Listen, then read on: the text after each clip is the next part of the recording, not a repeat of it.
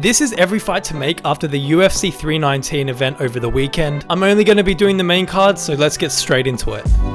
Kicking it off, we had Tim Elliott win this by submission in the third round. I say you give him my boy, Kai Kara-France. I know Kai just fought for the title, so it might seem a bit weird to match him up against someone that's like ranked number 9 or 10, but I don't think you can put Kai in like a number 1 contender fight or a high profile fight right now, considering he just got subbed in the first round. And to be honest, Tim Elliott's at the tail end of his career, but he's got a massive buzz right now after being on the main event of such a big card. He's got a lot of fans behind him, and I think this is the time to put him in the spotlight and really see how good he is. With Kai Kara-France coming off a loss, I think this is the perfect bounce back fight. It's winnable for him, but then again, it's also winnable for Tim Elliott because Kai just lost by submission and Tim just won by submission. So I don't know, man. I feel like this is the fight to make. Now shifting over to Kai Asakura, I'm just going to keep this real simple. Send him to Dana White's Contender Series or to the PFL. Yeah, too bad, kid. I just don't know what you really do with Kai Asakura. He's 0-2 in the UFC. Granted, his first loss, you could kind of ride that off because he lost against a very dominant champion, but now he's just been subbed by a guy that hadn't fought in like 2 years, that was ranked number 10 and also past his prime. To be honest, maybe you could do a fun matchup like Manel Cup, but again, Manel Cup's so high up in the rankings that it just wouldn't make sense. So I think you could give him a fun striking matchup. But yeah, my matchup for this is Dana White's Contender Series. Moving on to Michael Venom Page, MVP. He won by unanimous decision against Cannonier. I know a lot of people are saying he should stay at middleweight, but to be honest, I said this in my last video, I think he'll have way more success in welterweight right now, strictly because if you look at majority of the top 10, especially the top 5 of the middleweight division, a lot of them have a very high grappling pedigree, and I just don't see MVP getting past any of them. Ian Garry really laid out the blueprint so well of how to beat MVP. It's to get into that clinch and just really smudge him, take him down, and he won't be able to get up. We saw it in the Cannonier fight in that last round. Once he was on his back, Cannonier was able to hold him down and control him the entire round. So I think MVP should move back down to welterweight. He's coming off 2 wins. I say you give him Buckley. Obviously, Buckley's coming off a loss to Usman. I think this is the perfect time to do this fight for MVP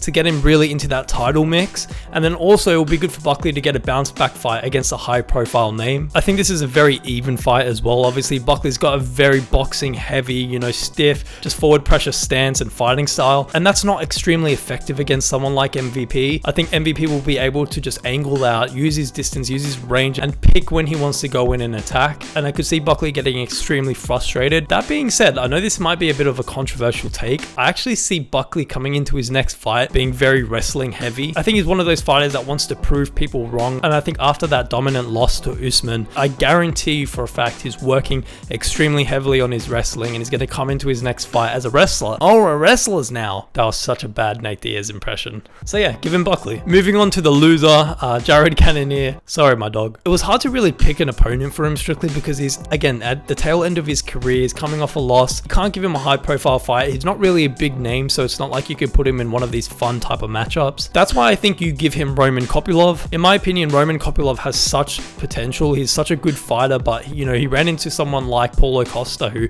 just was able to shut down all of his attacks. But I still really do see this guy being a top contender in the division. That's why I think it'll be a good test to see where Cannonier is at and also what Roman Kopylov's ceiling is. Like I said, it's a great bounce back fight and also makes sense because you can't give Cannonier someone that's higher than him in the rankings. So yeah, that's the matchup I think should happen. Moving on to one of my favorite fighters in the UFC right now, Carlos Prates. He won by round 1 KO. Even before the KO, this was a very dominant fight for him. This was a great bounce back fight from the Ian Garry loss. I think Ian Garry just has a very good style and a bit of an annoying style that can really just like shut down a lot of these high IQ strikers. I'm hoping that Carlos Prates has been working on his grappling because he's definitely going to run into someone that's going to be able to take him down and control him. But until he runs into that grappler, I say for his next fight, you grant him his wish and you put him against Leon Mumble Edwards. This is the fight to make, man, especially for Leon Edwards because I feel bad for him, honestly. He's only fought grapplers these past couple of years, and I think it's time to give him a fun striking matchup. And this will be a great fight for Carlos Prates because if he beats Leon Edwards, who was a former champion about a year ago, this puts him right into title contendership. And let's be honest, he's one of the bigger names in the division right now. Honestly, I would not be mad to see Carlos Prates fight for a title Neal after beating Leon Edwards. This would be such a high IQ striking matchup. I do think that Carlos Prates would KO Leon Edwards. I mean, we saw Leon Edwards get rocked by Nate Diaz that was past his prime, but I do think it would be a competitive fight up until the KO. So I think that's the perfect matchup for Carlos Prates here. Moving on to the loser of this fight, Jeff Neal. My boy, it's time for retirement. I'm just joking. I think Jeff Neal still has,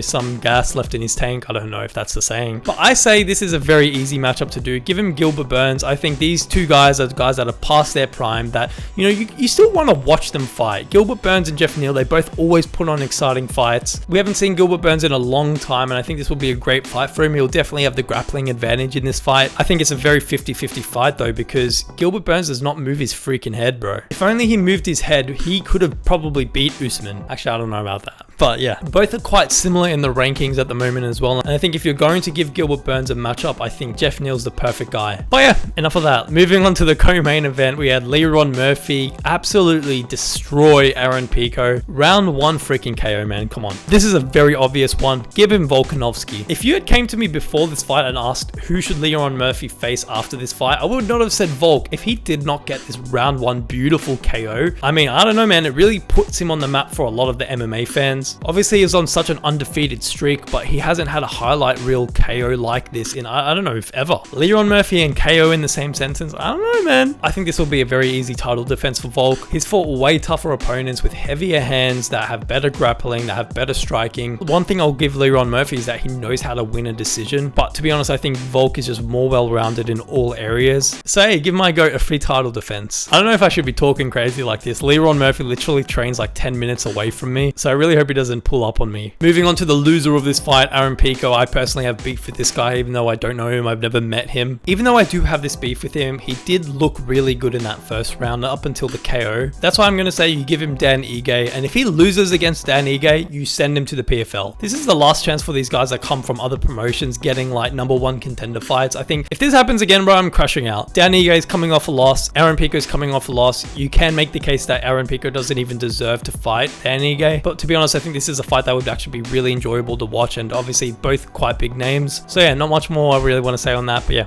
that's the fight to make. Moving on to the main event, we had Khamzat Chimaev win by unanimous decision. I'm just going to say this right now, no one in the top 10 beats Khamzat Chimaev, but if I was to pick someone, it has to be the winner of Imavov versus Baralio. I don't think RDR or Anthony Hernandez, to be honest, really deserve a title fight right now. Don't get me wrong, they're both very exciting fighters, but I just don't think they fought the level of competition that someone like Imavov has. He recently just beat Adesanya, and that's a better win than these other guys have. RDR just beat Whitaker, but to be honest, I think the Adesanya win is more impressive. That being said, I just don't think either of these guys have the tool set to really beat Chimaev. I think Chimaev's just going to be a very dominant force in this division for a long time, until he eventually moves up or moves down or retires. But now moving on to the man in the thumbnail, Dricus Du Plessis, the loser of this fight by insanely dominant fashion. Dricus Du Plessis, my boy, I'm sorry. The downfall begins now. I say you give him Paulo Costa. Now, I think Paulo Costa is a very winnable fight for him. These guys are both very chaotic fighters. Paulo Costa looked really good in his last fight, and I think this would be a very 50-50 fight if I'm being honest. I think this fight would be majority stand-up as well. I think these guys would kind of cancel each other out on the ground. And to be honest, I really want to see Costa fight Chimaev. Even though he doesn't deserve it right now, I really want to see it just because of the beef and the drama between them. Let's be real, Costa versus Gourmet Chechien would be such a good fight. And I think if Paulo Costa beats DDP, you can definitely justify giving him the next title shot. Even though it's quite a jump considering that Costa's like, I think number 12 in the rankings right now, he's one of the only guys that's not currently booked for a fight. Obviously, you do have Brendan Allen, Izzy, and also Whitaker kind of sitting on the wings, and we don't really know what's happening with them right now. There are rumors of Paulo Costa versus Izzy, which is also a good fight that I think could get him to a title shot, but I think if you put him against DDP and he beats DDP, it's more realistic to give him a title shot over that versus him beating Adesanya. DDP also didn't really take much damage from his last fight considering he absorbed 529 gosh darn strikes, so I don't think he should sit out for too long. I think he should aim to really return by the end of this year. But yeah, I truly do think that Dricus' downfall does start now, unfortunately. So yeah, those are my matchups for the UFC 319 main card. Let me know what you guys think. Make sure you guys do drop a like on this video and make sure to subscribe as well. I'm almost at 200 subscribers, but thank you guys for watching and I'll see you in the next one. Peace.